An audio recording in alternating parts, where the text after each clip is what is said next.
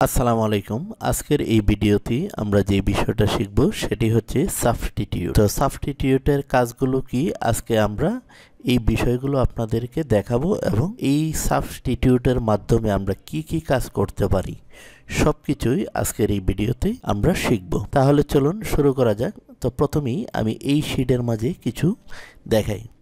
এখানে দেখুন এই যে নামগুলো রয়েছে এই নামগুলোর দেখুন হাকিম আলী, আর এই পাশে দেখুন হাকিম আলীর মাঝখানে এখানে রয়েছে প্লাস চিহ্ন। তো এই প্লাস চিহ্নটি কিভাবে আমরা সরাবো, প্রথমে আমরা এই বিষয়টা দেখব। যদি কোনো লেখার মাধ্যমে এরকম প্লাস চিহ্ন থাকে তাহলে এটা আমরা সাবস্টিটিউটের মাধ্যমে আমরা কিন্তু পরিবর্তন করতে পারি। তো আমি যদি এখানে আমি আপনাদেরকে একটু হাইড করে যদি দেখাই, এটা আমি হাইড করে নিলাম। তো এখানে হাইড করে নেওয়ার পর এখানে আমরা সমান সমান দিব। আমি একটু জুম করে নিই তাহলে আপনাদেরকে দেখাতে সবচেয়ে ভালো হবে। এখানে আমরা সমান সমান দিব, সমান সমান দিয়ে আমরা এখানে লিখব সাবস্টিটিউট। তো সাবস্টিটিউট লেখার পর আমরা চাচ্ছি যে এই প্লাস চিহ্নটা আমরা এখান থেকে সরিয়ে দেব। তো তার জন্য আমরা প্রথমে যে কাজটা করব, এটা আমরা সিলেকশন করে নিব। করে নেওয়ার পর আমরা এখানে কমা চিহ্নটা দিয়ে দিব। দিয়ে দেওয়ার পর আমরা এখানে কি বলছে, এখানে দেখুন বলা হচ্ছে যে ওল্ড টেস্ট। তো ওল্ড টেস্টটা কি? ওল্ড টেস্টটা হচ্ছে যে এখানে যে প্লাস চিহ্নটা রয়েছে সেটা।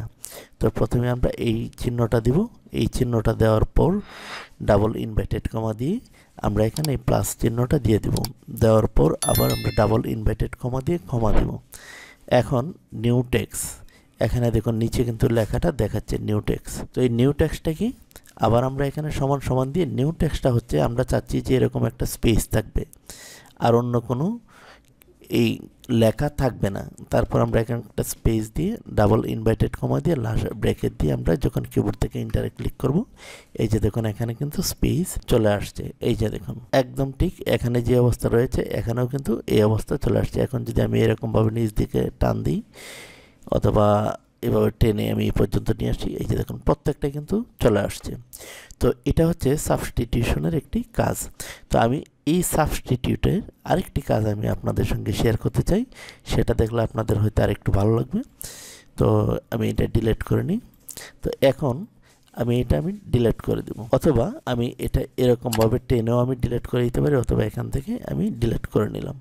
আমি আরেকটু জুম ইন করে নিই তাহলে সম্পূর্ণটা দেখা যাবে। এখন আপনাদের হয়তো মনে আছে যে এখানে আমি কিছু বিষয় হাইড করে রেখেছিলাম, সেটা আমি আনহাইড করে দিলাম। এখন যে বিষয়টা শিখব সেটি হচ্ছে এই যে দেখুন এখানে আন্ডারস্কোর রয়েছে, এই যে আন্ডারস্কোর। তো এই আন্ডারস্কোরটা যদি আপনি সরাতে চান ঠিক একই ফর্মুলাতে কিন্তু আপনি সরাতে পারেন।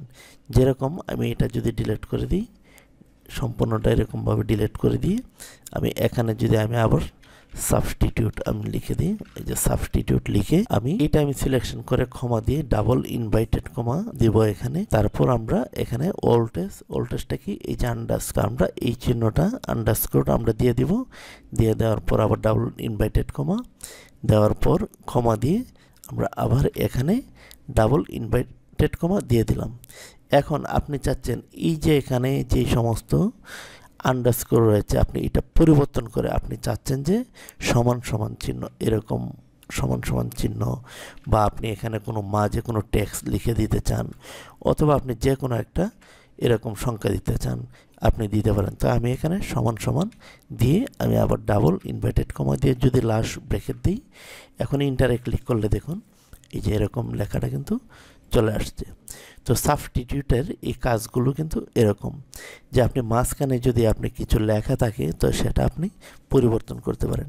তো এখন হয়তো আপনি মনে মনে ভাবছেন যে ভাই আপনি তো সাবস্টিটিউশনে দেখাচ্ছেন, তো এটা তো আমরা এরকমভাবেও আমরা করতে পারি, যেরকম কন্ট্রোল এফ চেপে রিফ্লেক্সও আমরা করে নিতে পারি।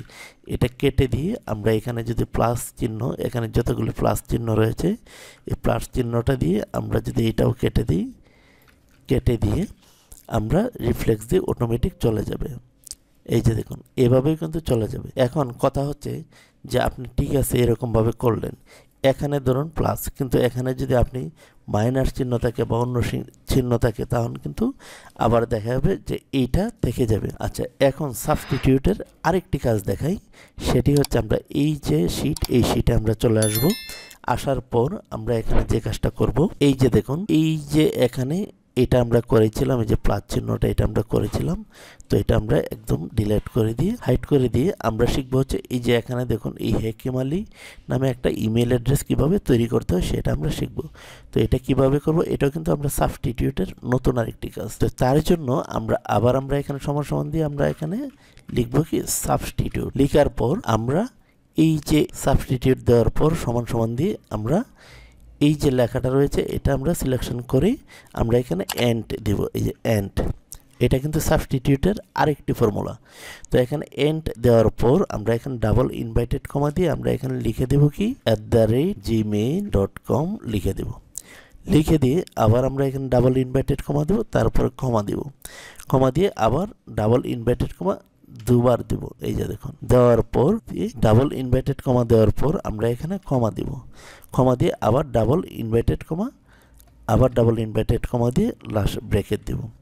দেওয়ার পর আমরা যদি এখন কিবোর্ডে ইন্টারে ক্লিক করি, এই যে দেখুন এখানে চলে আসছে। তো আসার পর আমরা এটা একটু বড় করে নিব। বড় করে নেওয়ার পর এইভাবে নিচ দিকে টেনে দিব, দিয়ে এখানে ডাবল ক্লিক করে দেব। তো এখন সাবস্টিটিউটের মাধ্যমে আমরা সবচেয়ে দুটা কাজ হচ্ছে সবচেয়ে গুরুত্বপূর্ণ কাজ।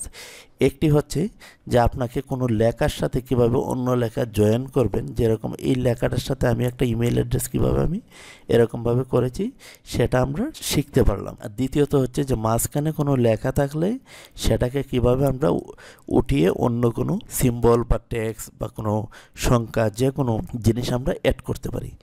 তো সবচেয়ে গুরুত্বপূর্ণ হচ্ছে যে এই যে ইমেল অ্যাড্রেসটা, এটা কিন্তু অনেক ফর্মুলাতে আসে না, কিন্তু এটা আমরা আজকে শিখতে পারলাম। তো ভিউয়ার্স, এই ছিল আজকের ভিডিও টিউটোরিয়াল। সকলে ভালো থাকুন, আল্লাহ হাফেজ।